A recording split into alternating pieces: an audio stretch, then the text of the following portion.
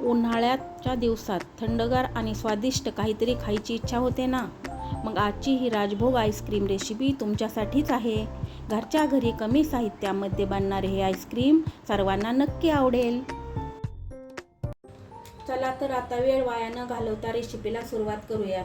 प्रथम इथं मी एक नॉनस्टिक कढई घेतलेली आहे. त्यामध्ये आपल्याला 1.5 लिटर दूध घालून घ्यायचे आहे.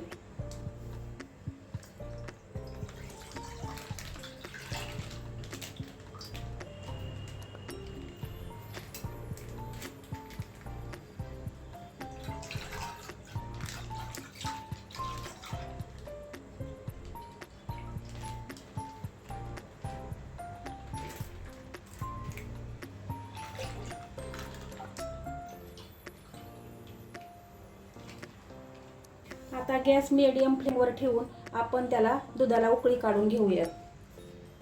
आपल्या दुधाला उकळी आलेली आहे. त्याला असं हलवणे खूप गरजेचं आहे आणि असं हलवत राहून ह्याला आपल्याला 15 ते 20 मिनिटं हे दूध आपल्याला आटवून घ्यायचे आहे.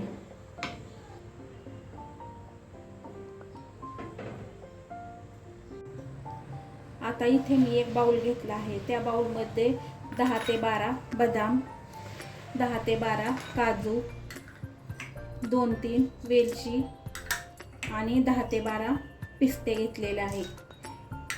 ह्या सर्व मिश्रणात आपल्याला अर्धा कप दूध घालून घ्यायचे आहे.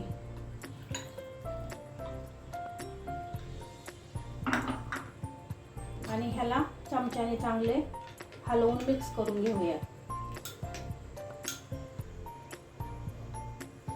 आणि हे मिश्रण आपल्याला अर्धा तास असे भिजवून ठेवायचे आहे. 30 मिनिटं झालेले आहेत. आपण हे मिश्रण एका मिक्सरच्या भांड्यामध्ये घालून घेऊयात आणि ह्याला बारीक वाटून घेऊयात. येथे मी सर्व मिश्रण वाटून घेतलेले आहे. ह्याच्यामुळे आपल्या आईस्क्रीमचा फ्लेवर एकदम छान येतो. आता दुसऱ्या एका बाउलमध्ये मी 50 ग्रॅम दूध घेतलेलं आहे. त्यामध्ये आपल्याला थोडेसे केशर घालून घ्यायचे आहे.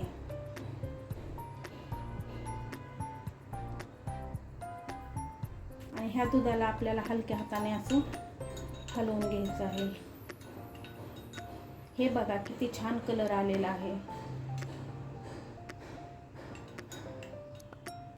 आता एका वाटीमध्ये इथं मी 2 चमचे कॉर्नफ्लॉवर घेतलेला आहे.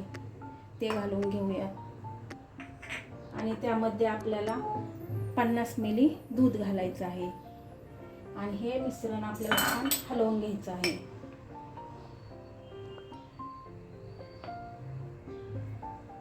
हलवून घेतल्यामुळे काय होणार, ह्याच्यामध्ये जे गुठळ्या होणार नाही, त्यामुळे ह्याला चांगलं मिक्स करून घ्यायचं आहे.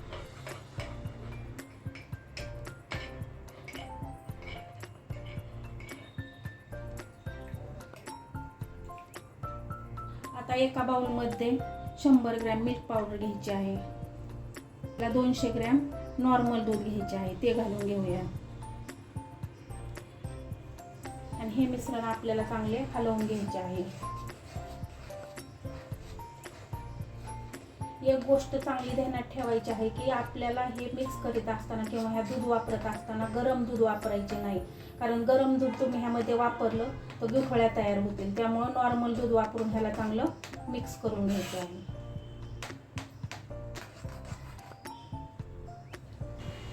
आपले दूध छान दाटसर झालेले आहे. त्यामध्ये आपण आता बाकीचे साहित्य घालून घेऊयात. तर इथं प्रथम मी ड्रायफ्रूटचं जे मिश्रण बनवलं होतं ते घालून घेत आहे. इथं केशरचं दूध घालून घेत आहे. 100 ग्रॅम साखर घालून घेत आहे. मिल्क पावडरचं दूध घालून घेत आहे. आणि सगळ्यात शेवटी आपल्याला कॉर्नफ्लॉवरचं दूध घालायचं आहे. आता हे सर्व मिश्रण आपल्याला चांगलं हलवून घ्यायचं आहे. कारण आपण जर हलवलं नाही तर कॉर्नफ्लॉवर खाली कढईला चिकटून बसेल. म्हणून ह्याला सारखं ढवळत राहायचं आहे. इथं मी सुरुवातीला 1.5 लिटर दूध घेतलं होतं आणि नंतर पुन्हा अर्धा लिटर दूध वापरलं आहे. म्हणजे हे टोटल 2 लिटर दूध इथं मी आईस्क्रीमसाठी वापरलेलं आहे. आता ह्या दुधाला आपल्याला चांगलं 10 ते 15 मिनटं शिजवून घ्यायचे आहे. 10 ते 15 मिनटं झालेले आहेत आणि आपले दूधही एकदम दाटसर झालेले आहे. आता गॅस बंद करून हे दूध आपण थंड करण्यासाठी ठेवूयात. थंड झालेले दूध आपण आता मिक्सरमध्ये घालून घेऊयात आणि ह्याला थोडंसं फिरवून घेऊयात, म्हणजे ह्यामधलं जे साई किंवा गुठळ्या असतील त्या व्यवस्थित मिक्स होतील आणि आपली जी आईस्क्रीम आहे ती जास्त क्रीमी होईल. आता इथे एक मी डब्बा घेतलेला आहे, त्यामध्ये मी बटर पेपर लावून घेत आहे. बटर पेपर लावल्यामुळं आपले जे आईस्क्रीम आहे ती इझिली निघेल. आता ह्यावर आपल्याला काही ड्रायफ्रूट्स टाकून घ्यायचे आहेत.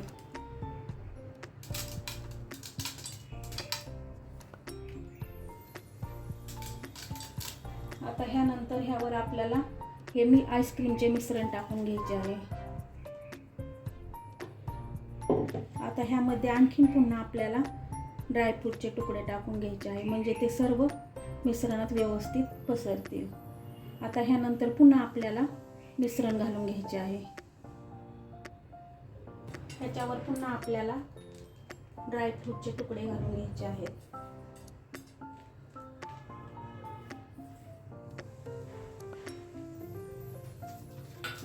नंतर त्याला एखादं झाकण किंवा बटर पेपर ठेवून हे मिश्रण आपल्याला 9 ते 10 तास फ्रीजरमध्ये ठेवायचं आहे.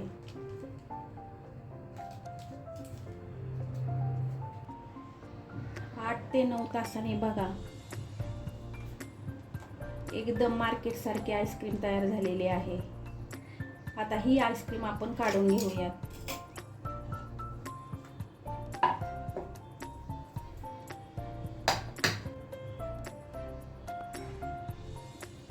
बटर पेपरमुळे ती इझिली निघते.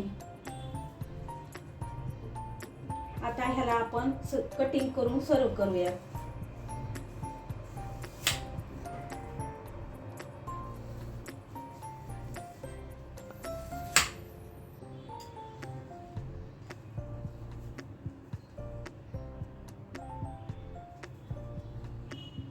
अशा प्रकारे आपली राजभोग आईस्क्रीम तयार आहे. तुम्ही सुद्धा ही रेसिपी ट्राय करा आणि आवडल्यास लाईक, शेअर आणि सबस्क्राईब करायला विसरू नका. पुन्हा भेटूया अशाच नवीन रेसिपीसह.